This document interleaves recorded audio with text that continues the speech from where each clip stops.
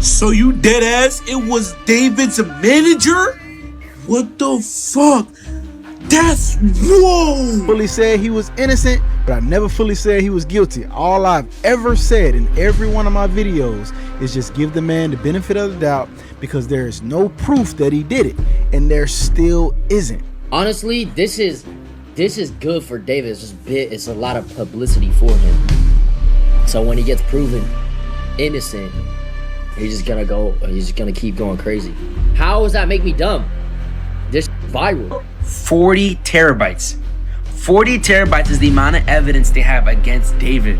I do not think you guys understand how much 40 terabytes is. One singular terabyte is enough to have hundreds, and I mean hundreds upon hundreds upon hundreds upon hundreds upon. This whole David situation is becoming even more unhinged as we gather new information.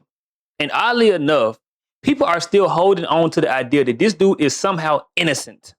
Now, some of the videos that we're going to watch today came before the whole arrest of David, but this is not to shit on like those people, but I just want to highlight the fact that people are not taking this thing serious at all. It's almost like someone didn't lose their life. And that's honestly just as sad.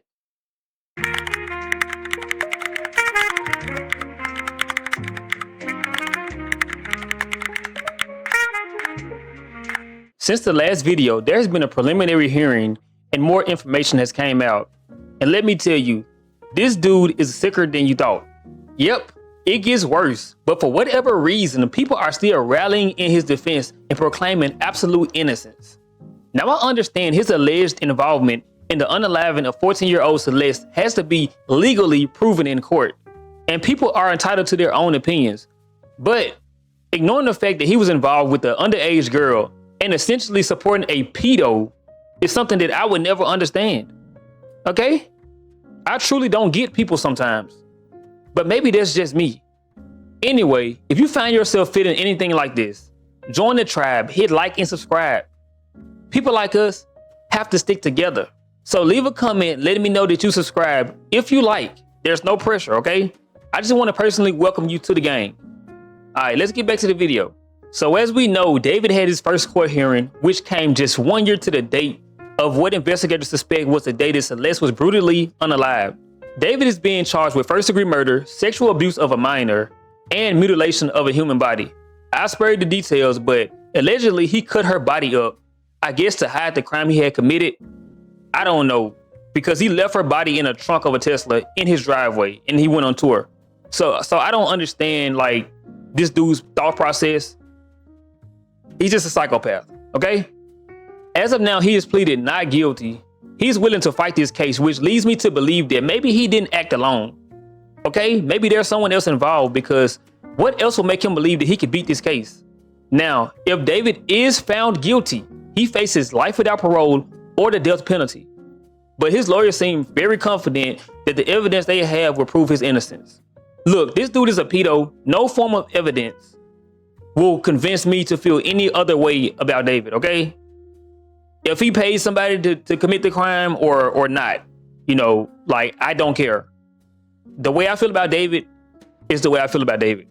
But moving along. So during this hearing, more information was released, and this information is very disturbing as well, okay? David's phone was taken as evidence, and prosecutors say that they found a significant amount of child porn on the device. This nigga didn't even try to erase it off. This morning, David sat handcuffed to a chair in an all-orange jumpsuit in front of a judge when prosecutors said they found a massive amount of child pornography on David's iPhone. And that is just one element of evidence in this case. This morning in court, prosecutors revealed that David's iPhone contained what they described a significant amount of child sexual abuse material, evidence they say will be reviewed by forensic experts. They also made clear this is a massive case with a lot of evidence. Prosecutors say they have far far more than 40 terabytes of evidence, including data from phones, computers, tablets, and iCloud, where they say David alone had about 3 terabytes stored. So far, only about 30% of all of that evidence has been turned over to the defense because of how massive the volume is. We also learned today 3 grand juries were brought together during this investigation in November, December, and February, showing how long this case has been building. Defense attorneys pushed to move things faster, asking for basic discovery and physical evidence only in the preliminary hearing. I just feel like this case is just going to become even more disgusting as it go on. Now, at this moment, his motives are really unclear. Prosecutors believe that he did this to keep her from exposing their relationship and protect his music career. Some people online are alleging that he was also involved with other underage girls and that maybe she got jealous and threatened to expose him. But honestly, right now, no one really knows. I'm going to go off the rails here. I'm not saying that this is actual facts. Okay? Relax. This is just my personal opinion. But honestly, after seeing those music videos and seeing David's weird antics, it all just feels like a part of a sick fantasy. The fact that he created a song and a music video that aligns with this homicide before it even happened just seems weird to me. It seems like it was something that he always visualized himself doing. This whole video is weird. Gen Z has to be the weirdest generation to ever exist. It seems like almost everybody that falls into this generation is weirdly infatuated with mysterious, dark, twisted stuff. I don't think David could have blown up in any other generation. But this one, honestly. A young black anime nerd wearing bloody shirts making dark music. Nah, bro. And don't get me wrong, I watch anime myself. I love anime. So I'm not trying to down people who watch anime, but this dude took it to another level. Okay? He was the protagonist and the antagonist in his own story. I'm here with David, aka D4VD. You know what it is. Okay, David, how much does your fit cost? So boom, the shirt was $15, but the reason there's blood all over it is because of my character Itami, which means pain in Japanese. Yeah. I created this character based off anime and manga. He's my main antagonist for the music that I make. Yeah. So he's like the enemy on my music videos and everything like that. And I'm going on stage today as him. He even had Castanet on his bandwagon. And the music or the merch wasn't even that good. Just scary. They think being edgy and dark is so cool, but honestly, it's corny. It looks stupid. And most of the people who subscribe to this stuff are just weak-minded suburban brats. Stop it. Your name is Julian and Kevin. Okay? Stop flocking to stupid things just because it's popular. I'm honestly skeptical of people who listen to this type of music. Something is wrong. Screws are loose. Honestly, bro. He gave y'all a glimpse into his mind, and y'all niggas really said, I fuck with this. A romantic homicide. I need all of y'all who participated to come to the front. All 2 million plus supporters, okay?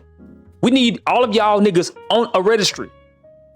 So even after all these evidence have been presented, David still has people out there who thinks that he's somehow completely innocent and still giving him the benefit of the doubt, ignoring the fact that this man was having a relationship with a 14-year-old girl. Okay? Let's say hypothetically David is somehow innocent. He's facing serious allegations. Someone lost their life, someone that he knew, but David's still out partying, carrying on like nothing happened. This whole take that he was chilling because he know that he was innocent is just stupid as hell, bro. If someone I knew was brutally unalive and I didn't do it and I'm being framed for it, I'm not chilling, bro. I'm figuring out who did this. Why is this body in my car? I want justice for the person as well. Okay, we're gonna figure this out. I'm not chilling, going partying, going on tour with caskets and playing around with I'm not doing none of this stuff, bro. No sane person is doing this. I still think he's innocent. And I don't know if I've ever really laid out my reasons why. When I first heard about the girl being in his car, my first thought was, oh man, that's crazy. He really did that. But then as more information came out, and then I, found out that the body was left in his car at his house, in his neighborhood, in his driveway or whatever, and that he was across, the country on tour. That's when I started thinking, hold on, that don't make sense. So it was never because of who he was. I've only ever thought he was innocent simply because the information that I heard just didn't make sense. Yeah, so a man who became sexually involved with the minor can't possibly be stupid enough to commit a crime and not hide the evidence, right? You see how this sounds? This sounds stupid. You gotta say things out loud sometimes. Why would anybody think David, this guy, wouldn't be capable of doing something so idiotic like leaving the body in the trunk when everything we know about him so far is stupid? I think this guy's overthinking it. Maybe he watched too many detective shows on TV, but he's acting like David is just some type of evil, calculated mastermind. No, bro. He's an idiot. It's gonna be crazy if that man is innocent. I have said from day one, I never fully said he was innocent, but I never fully said he was guilty. All I've ever said in every one of my videos is just give the man the benefit of the doubt, because there is no proof that he did it, and there still isn't. Everything that you basing the, him being guilty off of is straight up circumstantial. It's all speculation. Yes, the body was in his car. Yes, it was at his house. Yes, it seems as if they know each other, but that's it. You can't just draw a conclusion from that information alone. Look at the video of him getting arrested. One, if you off somebody and you knew it and you knew you was going to be investigated for it, would you just be chilling at your house? Maybe this is all for engagement, but this ain't it, okay? I'm not giving a pedo the benefit of the doubt. Sure, technically, we don't know who killed her. But what we do know is David was involved with the minor. We do know that he had significant child porn on a device that was confiscated from him. And we do know that he had these deep, dark thoughts. These are not the type of people that you give the benefit of the doubt to. You know what? I give him the benefit of the doubt. I doubt that he didn't do it. At this point, they gotta prove that he's innocent to me. And even if they do, to me, he's still not innocent, okay? He's not, he would never be innocent. Now, one of David's biggest defenders when the news first hit was Jason DeWine. He came out and made some bold claims that he later retracted, but honestly, I feel like he only retracted them because of the backlash that he was receiving. Now look, I'm not showing you this clip to try to shit on Jason DeWine. I'm just showing you this to highlight how people are not taking this matter serious. David, hey, I'm gonna say this right now. He didn't kill anybody, bro. He didn't kill anybody. There's no way. There's no way he's been on tour. He didn't kill anybody. He's been on tour. He literally performed yesterday. Bro, do you see the videos that he makes? There's no way he's killing somebody. He was framed. Either he was framed or my theory is somebody killed someone and stole David's car and left it in the trunk. But I'm also not a detective, so innocent till proven guilty. Now, he did come back, and I will show the clip here in a minute, and he retracted his statement. But when people tell you who they are or show you who they are, you have to accept it. Don't force an apology. And that's what people did. This dude says all this with a smile on his face. No empathy for the situation at all. There's no way he did this. Do you see the type of videos he make? Are you talking about the type of videos where he brutally unalives a woman? And then it gets worse. He goes on to say this is good publicity for David, claiming that David will be found innocent and this would just make him more famous. What? Honestly, this is good for David. It's a lot of publicity for him. So when he gets proven innocent, he's just gonna keep going crazy. Facts or not? Yo, Raja, thank you for the 5 gifted. How does that make me dumb? This is viral. I feel like I need to speak on this. Okay, be serious for a minute, because the narrative that's been spun on Twitter. First off, I want to retract my statement. Obviously, the other day I was defending David. Before all the new evidence came out, I do not condone anything that David has done or is doing. Okay, that is wicked and it's just unbelievable. It's been a lot to process. And one more thing, I want to say, the girl that I met named Celeste at the FaZe house is not the same Celeste. The worst people keep having the loudest voices. I swear if he didn't receive any backlash, he wouldn't be retracting any statements. I don't want to hear that he's just a kid, he made a mistake. Bro, that's always the narrative. No, I don't want to hear that this time. Then I come across this other creator that claiming maybe he didn't do it, and the proof is some encrypted message that lies within his last mixtape.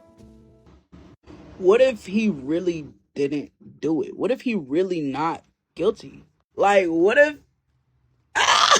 Hey, bro, no, for real. What if he really didn't do it? What if it was his friend that did it and he just know about it? Like, I'm hearing the little clips and stuff that come out of these unreleased songs or the ones that was in David files and all this, whoop, whoop, whoop. And I'm listening to the words and I'm just like, either this is AI or this nigga really sad and he really just can't talk about what's going on for real. Like, he know what's going on and what happened. He just can't talk about it for real. Like, he ain't trying to be a snitch. Like, what if this nigga just, like, real life depressed because his friend killed his girl and that was the only way for him to stay afloat in his career? But, like, I mean, it's still fucked up. Don't get me wrong. It's still fucked up. But, like, what if that's really the case? Like, what if... Are y'all tracking? I'm tweaking. Okay. But, like, hear me out for real. Like, what if it was, like, his management, like his team? And honestly, this is the same kind of energy Jason Dewey was giving off. Some of these people seem completely detached from reality. It's like to them, this situation isn't real, and it's an episode of Power. No empathy, no awareness, just blind defense for a character they don't want to see fall. What we're watching right now isn't just a legal case. It's a reflection of how people process reality online. A real person, a little girl at that, lost her life. And instead of approaching that with seriousness, empathy, and restraint, some people are more focused on protecting perception. But hey, that's just my perspective. And perspective isn't just a stance. It's a reflection of your values. And when those values are weak, your perspective is just convenience dressed up as certainty. Integrity is what gives your opinion weight. And without that, it's just noise.